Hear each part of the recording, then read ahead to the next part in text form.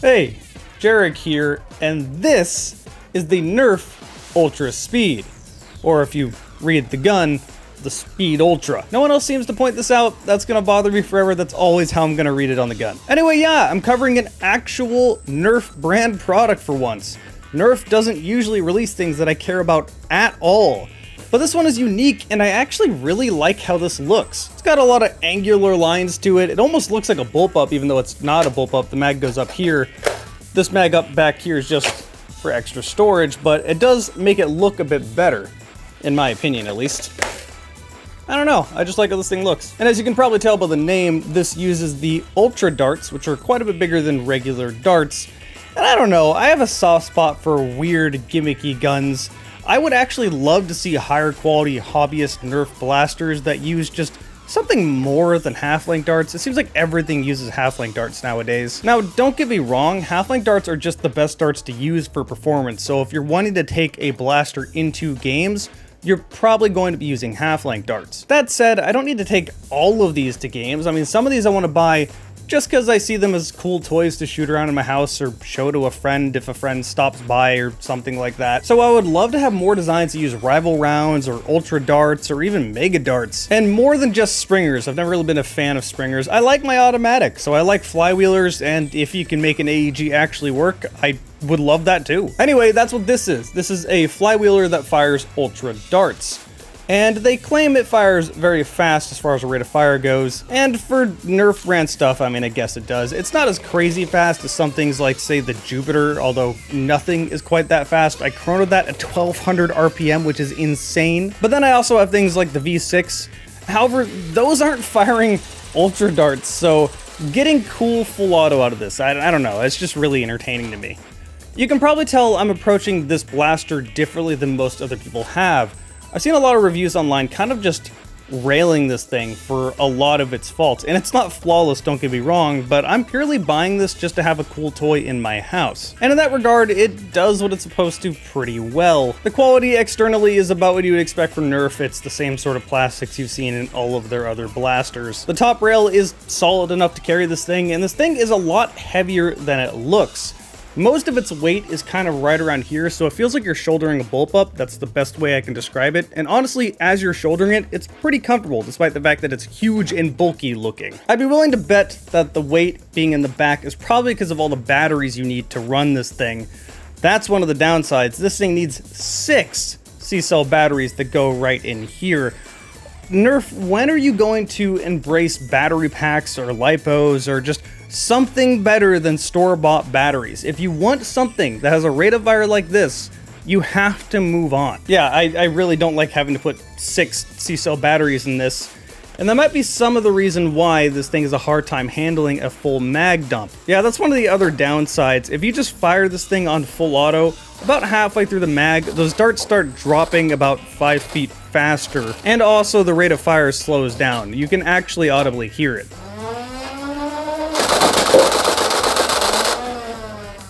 Does it still work? Sure. Is it still fun? Sure. But still, I would expect it to function the same way the entire mag. If you fire in bursts, it has no problem though. As for actual functionality, I mean, it's a flywheeler with a rev trigger, you know how this works. That said, it takes quite a while to actually rev up.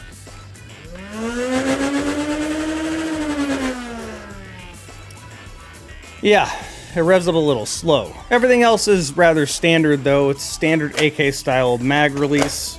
It has the unjamming door up here. But what isn't standard are the magazines themselves.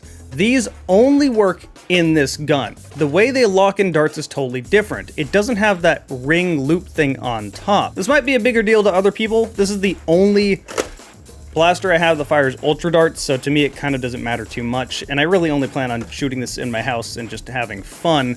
So these 2 mags are the only things I really need, and not really planning on stocking up more. But I can 100% understand if that is a big deal to you. That said, how many people are really taking something like this to a game? How many people really use ultra darts at games? Ultimately, Nerf is advertising this not towards the enthusiast, and I think that's something a lot of enthusiasts sort of miss out on, or at least they know deep down. Like, Nerf doesn't really care about 31-year-old me buying toys that they're making for kids. This kind of seems like they're meeting us halfway, so I'm at least thankful for that. What I'm not thankful for is the price. This thing is kind of expensive. $70 if you can find it in stores, and this one was actually kind of difficult to find. I had to go to the complete opposite side of the metro and find the last one, literally the last one in a Walmart. And if you find this thing online, I was only able to find it in one place on Amazon, and that was Amazon UK, selling it for 100 bucks. So, yeah, not exactly that cheap. For around $70, there's a lot of better blasters you can buy. And if you're spending 100, you can literally get 3D printed blasters that are awesome. Or you can get the Worker Nightingale. So yeah, the price point is the biggest downside. Every other flaw this thing has, I can look over. Because really, to me, this is just a fun toy.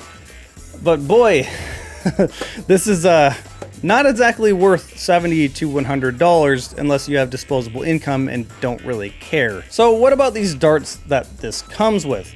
Well, it comes with 24 darts, which is just enough to fully fill out both of these magazines. These magazines hold 12 Ultra darts. I wanted more darts than just these though, so I bought some extras, and let's throw it back to Jarek in the past for that. I have two different types of darts I want to test. In this mag are the default darts this gun comes with, and in this mag are darts called Little Valentine darts. These black ones right here. You can buy about 80 of these for $20, so they're off-brand knockoff stuff. They seem to shoot fine, but I really want to see their accuracy and performance. There's a few differences between the two darts. The shape of the head is obviously different. This one's a little more round than the square darts that this comes with. But the big difference I noticed is that the fins are different. Let's see if I can get up close to the camera here for this and make it focus. So the black dart has 3 fins, whereas all the Nerf darts have 6. I don't know how much that will change anything if it does, but I guess we'll see. I've zoomed in a bit so you can really see the flight path of the darts. I'm going to be firing this in bursts, so the flywheels are going at full speed. First are the default darts.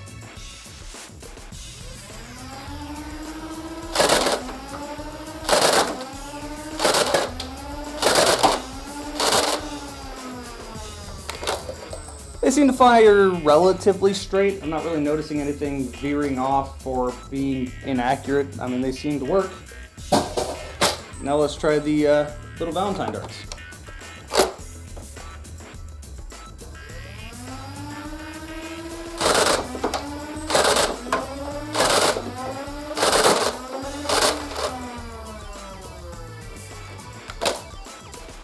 Yeah, as you can see, those don't fly anywhere near as straight as the darts this comes with. They kind of tend to just fly in random directions. They are off-brand darts. I only got extra ones just to make sure I had enough to film these videos, but they're also black, so they don't get picked up on camera very well, and I generally don't like that color of darts. I mean, $20, not too much harm lost. They still work, they don't jam the gun up, but I would highly recommend you use the darts that come with it. But I do actually have a third type of dart. This third type of dart are the Sonic Screamer darts. Now, Nerf sells these. They're somewhat expensive. I don't really know why. They're basically the same, except for they have different heads that make them scream. Oh man, I need to cut my nails. I'll do that later. Sorry about that. Unfortunately, they are also black. Again, I don't really like the color black for darts because it's hard to see them flying through the air and definitely harder for the camera to pick them up. But let's just test this out. Now, the default mag, this first one is loaded up with the default darts, just as a reminder. Then the second mag has these Sonic Screamers in them.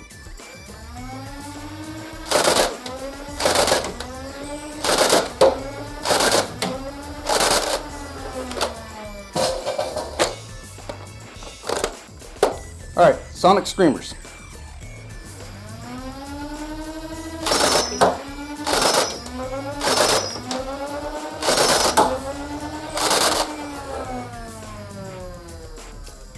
These actually seem to be a little less accurate than the darts that this came with. However, they definitely seem to perform slightly better than the Valentine darts, which definitely do fly in every direction. These are still accurate enough. The default darts this come with are surprisingly good. So I guess the Sonic Screamers are only really good for the novelty aspect, because admittingly that is pretty cool. Too Long Didn't Watch, the default darts this come with are pretty high quality. If you can find more of them, I would highly recommend you buy more of them if you really need more Ultra darts, that is. Now, the enthusiast market didn't exactly pick up on Ultra darts. In fact, they really don't like them for the most part, so you're pretty limited on what extra darts you can buy. And in my experience, the ones they come with literally are just the best darts, so if you find more of these, again, be sure to get them. When I chronoed them, it was very hard, because these darts are bigger than normal and barely fit through my chronograph. If I'm just a little bit off, the darts will hit the inside of the chrono and give me an off reading. This thing is certainly not firing 1000 FPS. With that said, with the darts this came with, I got a few legit readings in the 90s, which seems about right. I got the same readings with the little Valentine darts, they were also in the 90s. However, the Screamer darts actually fired a bit hotter, around 100. So 90 to 100 FPS is not too bad for an Ultra dart. Actually, that's pretty good now that I think about it. You have more mass you need to get moving, so that's about the same FPS as a regular dart, but a lot bigger. So where am I when it comes to the Nerf Ultra Speed? Well, I think it ultimately depends on what you want out of this thing. I was only buying this as a neat toy. I wanted something that fired these Ultra darts. I just thought they were neat and cool. I don't ever plan on using this in a game. So yeah, I mean, I kind of like it for what it is. It is fun to shoot, it looks cool, it's comfortable, it comes with 2 different magazines, I don't know if I mentioned that. It has decent velocity, the rate of fire is pretty decent, but then it has the downsides of the motors just not being able to keep up with it, and the price. So I guess I could really only recommend it to people that just want a cool toy, no other purpose for this, and have disposable income to not care about the fact that this is $70 to $100 depending on where you buy it. That really is the main thing stopping me from recommending this. It's just the price. I can look over everything else. Yeah, it's not perfect, but 70 to 100 bucks? I mean, is it really worth that? I guess I'll let you decide. For now, I've talked about everything I can talk about, so let's just shoot it.